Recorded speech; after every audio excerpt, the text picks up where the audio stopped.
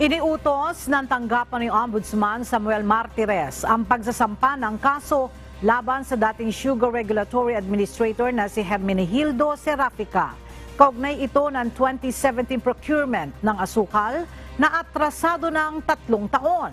Ito ay matapos matukoy na guilty ang dating opisyal sa gross neglect of duty at grave misconduct o paglabag sa Government Procurement Reform Act dahil sa pagpalyang i-award ng napapanahon ang kontrata. Bunsod nito, nagbigay ng direktibang dismissal sa serbisyo ang Ombudsman laban kay Serafica at forfeited din ang retirement benefits nito. Pinatawan din ito ng perpetual disqualification sa public office. Taong 2022 nang magbitiw sa pwesto si Serafica, kaya pinagpapato na lang ito ng multang nagkakahalaga ng 1 taon nitong sweldo. Ibinasura naman ng Ombudsman ang graft case laban kay Serafica.